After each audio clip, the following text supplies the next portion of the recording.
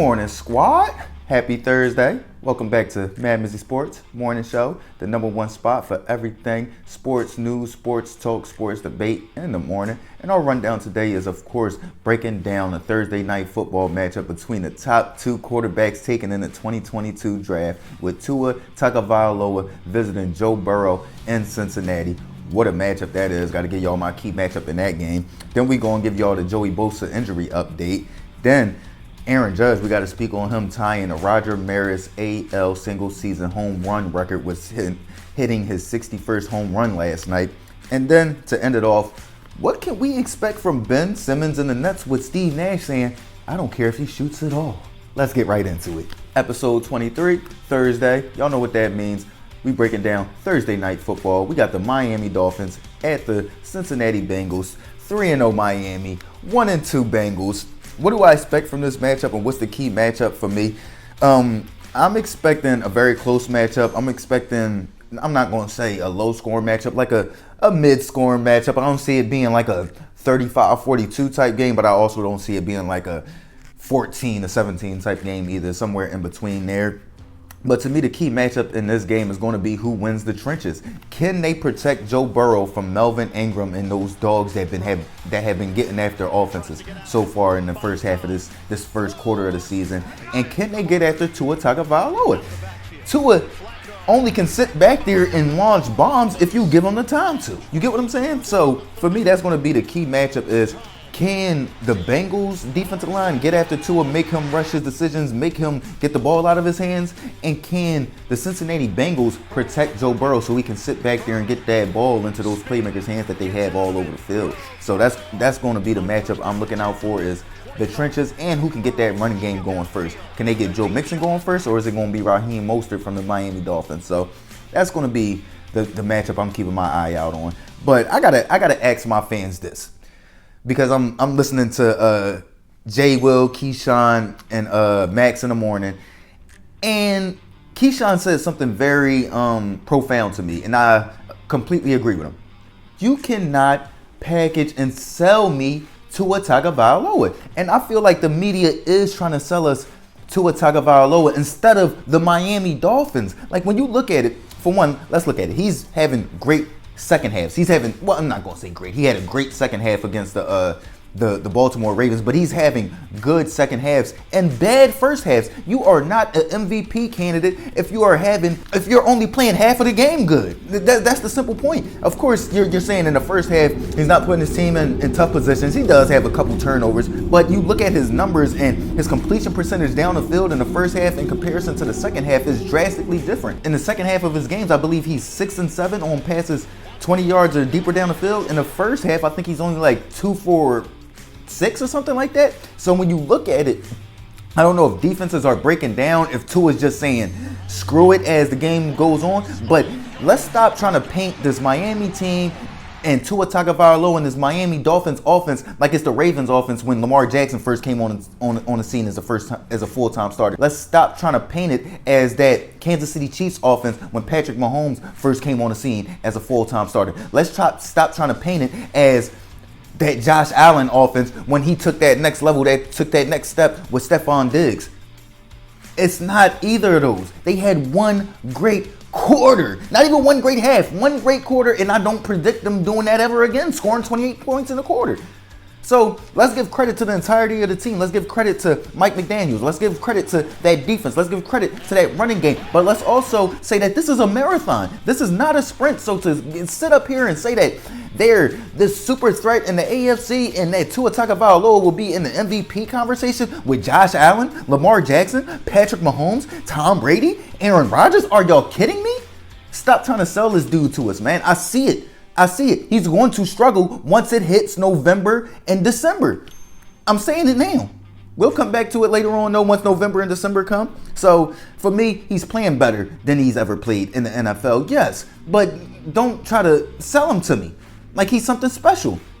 They're 3-0. If I'm not mistaken, the Carolina Panthers were 3-0 last year too. Sam Darnold looked like a world beater. Oh, he's finally in a good situation. How did that end up?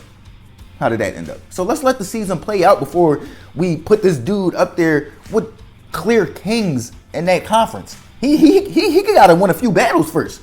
You feel what I'm saying? He got to win a few battles first.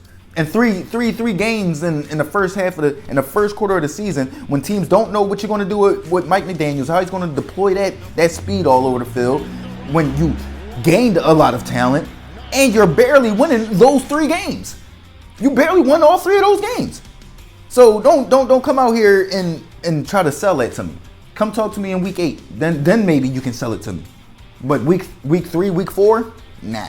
But as far as my prediction, I am going to go with the Bengals because they are at home. I'm going to say it's going to be 24-20 Cincinnati Bengals. Too much Joe Burrow, too much Jamar Chase, too much T. Higgins. And I feel like that defense is geared up to come at the Miami Dolphins. The Miami Dolphins just haven't shown consistency offensively, so I have no reason to believe that they'll come out and be offensively consistent this game. So that sputtering is going to catch up to them, and they'll get their first L of the season against the Cincinnati Bengals, in my opinion.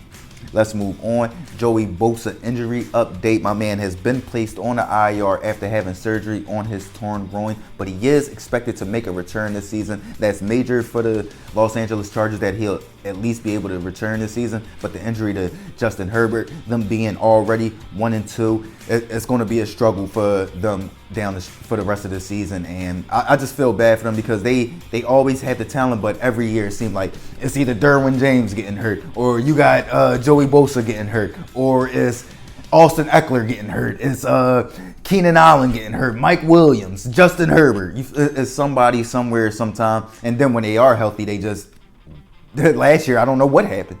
You win one game and you in the playoffs, and I'm not putting that all on the coach. The players have to execute. The players have to execute, and he has to have confidence in his players to execute. So, yeah, man, I feel bad for the LA Chargers, but like I said, they've been everybody's Cinderella team and everybody's go-to pick ever since it was LaDainian Tomlinson and Phillip Rivers. And I only seen them in the AFC Championship game, once in all of those years. So, yeah, I mean, it's probably just a dark cloud hanging over that franchise at this point. Let's give props, though. Let's move on and let's give props to Aaron Judge finally tying the single-season AL home run record held by Roger Maris, hitting the 61st home run last night. Congrats, man. With, 14 more games left, I believe he's going to absolutely obliterate the record as long as they don't pitch around him too much. Of course, they're going to pitch around him, but just don't pitch around him too much to the point where it's like a lot of analysts say, don't take away the thing that a lot of fans tune into, and that's record-breaking performances. That's what puts the NFL and basketball in a pedestal of its own, because you can't, unless you go out there and actually stop him, you can't stop Steph from getting that 3-point record. Unless you go out there and stop him, you're not stopping LeBron James from breaking that Kareem Abdul-Jabbar record. You feel what I'm saying? So when you look at baseball, you can just pitch around somebody as far as when it comes to a hitting record. When it comes to hitting and all that. So that's the bad part about baseball, is that chess match of them being able to actually say, we're not going to even give you the opportunity to break this record. So I hope they don't do that. I'm not going to say I hope they don't, but I hope they don't do it to a point where he just only gets a few shots at a few home runs. You feel what I'm saying? Like, give this man his opportunities and his at-bats. It'll be good for baseball. But lastly, before we get out of here for this Thursday edition, episode 23, MadMizzy Sports Morning Show, we got to speak on the Brooklyn Nets. I spoke on the Brooklyn Nets yesterday, media day. Kevin Durant, Kyrie Irving, boom, boom, boom. This, that, and the third. And then I didn't bring up Mr. Questionable, Mr. What are we going to get from you? Ben Simmons. You think about what they did with this roster in the offseason, bringing in Royce O'Neal. Then I think they brought in TJ Warren from my Pacers. So you think about them and their roster top to bottom is stacked. Now, if they can get something from Ben Simmons consistently, they are going to be a real threat. But the thing is, for me, I feel like Ben Simmons does have to evolve. You can't just sit up there and say, Steve Nash can't come in there and say, I don't care if he doesn't shoot it all. No, bro. You're not getting paid $100 million a year to grab rebounds and pass the ball. You're not. You feel what I'm saying? What DeAndre Ayton getting? You should drop down to what he's getting then, if that's what you want. If that's all you're going to do. You get what I'm saying? And then DeAndre Ayton at least got, you know what I'm saying, moves around the rim. He has to get something to utilize that size. You can't literally just go out there and say my man is just a glorified Draymond. Or not even a glorified Draymond, a poor man's Draymond. Because Draymond got, 4 championship rings? You feel what I'm saying? Draymond will shoot the ball, regardless if it's make or miss. Once they start daring him, he's going to shoot those floaters, do fake handoffs. He's going to do what it takes, shoot those wide open threes. Ben has to at least do that. You can't say, oh, I don't care if he doesn't shoot at all. So if they're going to play him like a lot of teams play Draymond Green, and he bet and they sag off, he has to take advantage of that. He's 6'11", or what, a 7-footer now, with supreme athleticism. Bro, if you don't dunk on somebody, eat that space up? Come on, I'm not trying to hear that, man. It's too much coddling going on with Ben Simmons. Now, when it comes to the Philadelphia 76ers, I think they both were just burnt out with each other with the way he was saying how he was being treated, and they were kind of nitpicking at him, and then what his excuses were to not just play. So I feel as though it was just at odds. But that's the same thing that could happen in Brooklyn if he doesn't go out there and perform. You think Kevin Durant and Kyrie Irving the most understanding people in the world? Kevin Durant gonna not speak to this man at all if they lose a game because my man don't want to shoot a layup. He don't want to dunk the ball. KD ain't speaking to him to the rest of the season. I'll holler at you, bro. I'm done with you, man. And then Kyrie Irving, he just going to drop some cryptic tweet. You see, this is all a control ploy. They think we just only got basketball in our lives. They don't know what Ben Simmons thinking about. While KD just sitting there like, bro, shut the up. Shut up, bro. This man need to lay the ball up, dunk the ball. You feel what I'm saying? So it's going to be very interesting to see what type of Ben Simmons they get from Brooklyn, because I feel like if they had a strong leadership group, if he was in Golden State, like a lot of people were saying before he got to Brooklyn, I was like, yo, that is going to be stupid. Because him with Steph, that confidence they had instilled in him, with the Splash Brothers, Draymond, whoo, it would have been crazy.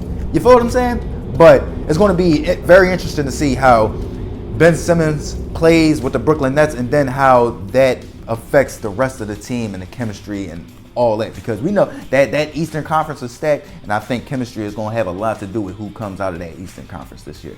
Y'all know what it is, though. MadMizzy Sports Morning Show. Happy Thursday. Close this week out on a strong note. Like, comment, share, subscribe, listen, alert. MizzyWorld Entertainment. Gang.